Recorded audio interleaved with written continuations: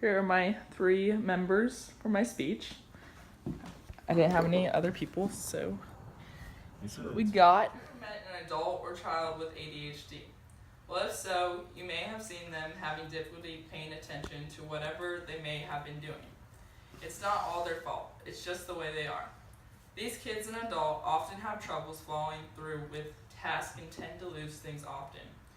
You may see them avoiding tasks that require strenuous mental focus. You also will most likely see forgetfulness in their daily activities. Then there is hyperactive impulsive syndrome. You will see these kids fidgeting and squirming. They will often talk too much and blurt out answers during class. But can't there be another way to help these people with their disorder other than medicating them with methamphetamines? So where does ADD come from? ADD was founded in the 1900s by Sir George. He started to notice that there were children in class that could not control their behavior the way all the other kids did. The children with ADHD cannot help the way they are. It's just the way they were born and their brain works. William Donson found that the difference between a person's brain with ADD and a brain without the condition is that their nervous system is different and unique, that regulates attention and emotions in different ways. This is not a bad thing, though from dozens of research he found that people with ADHD's nervous system have higher than average IQs and have higher chances of solving problems that stump everyone else because they think differently.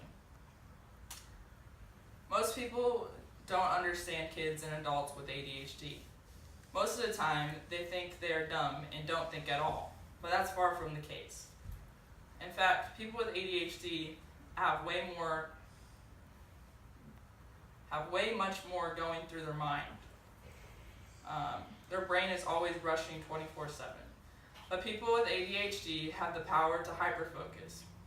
It may only be on a task that they love and enjoy, but when they go into their hyperfocus zone, there's no telling what they may do.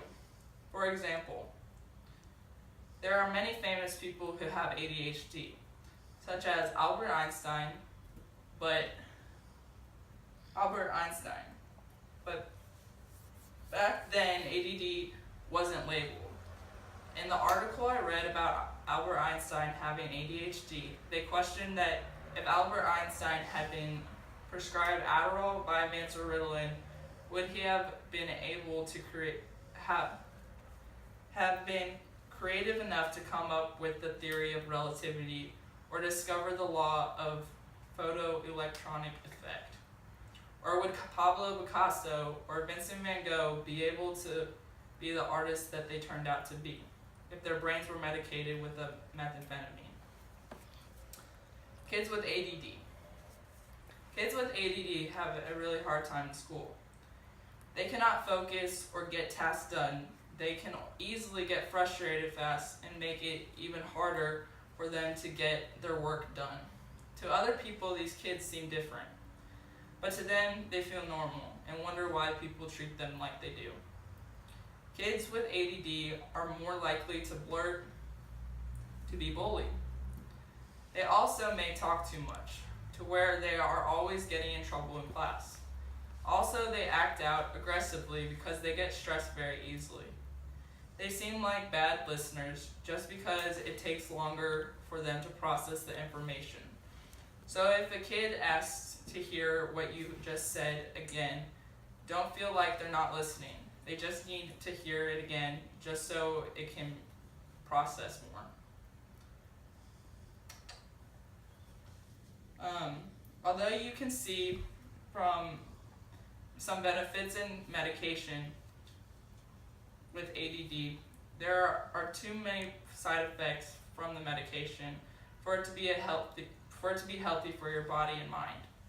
ADHD medication takes a lot out of a person, from taking away their appetite, making them lose an obsessive amount of weight in a short amount of time, to taking away their sleep. And even if they do fall asleep. The sleep is restless. We should find another way to help people with ADHD.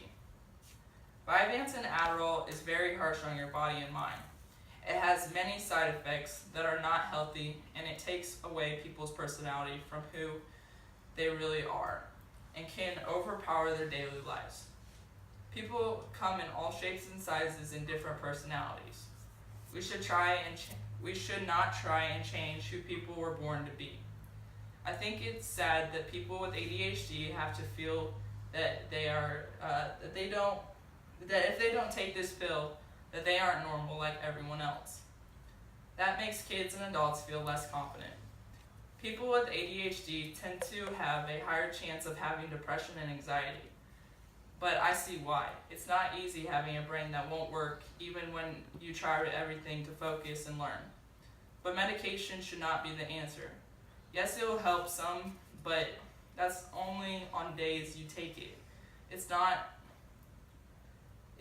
No one should have to rely on a pill to have to function in our society. Kids and adults with ADHD should go through a program such as Brain Balance. The Brain Balance Program. A study from the University of California for Mind and Brain shows that children with attention deficit hyperactive disorder have areas within their brain that fail to connect when they attempt a task that measures attention. These connective issues is called functional disconnected syndrome, an imbalance in hypersomnic brain communication. Since the right hemisphere of the brain regulates impulsive actions and socially appropriate behaviors, a child with decreased right brain activity may be hyperactive, destructive, and even aggressive. The Brain Balance Program combines individual custom sensory motors and academic activities that will improve the right brain connection. This will help them regulate stress and be able to function in our world without medication. Before I'm done with my speech, take the time to think about what I've just said and think before you medicate your children with a methamphetamine. It's better not to, because they'll live a better life without it. Thank you.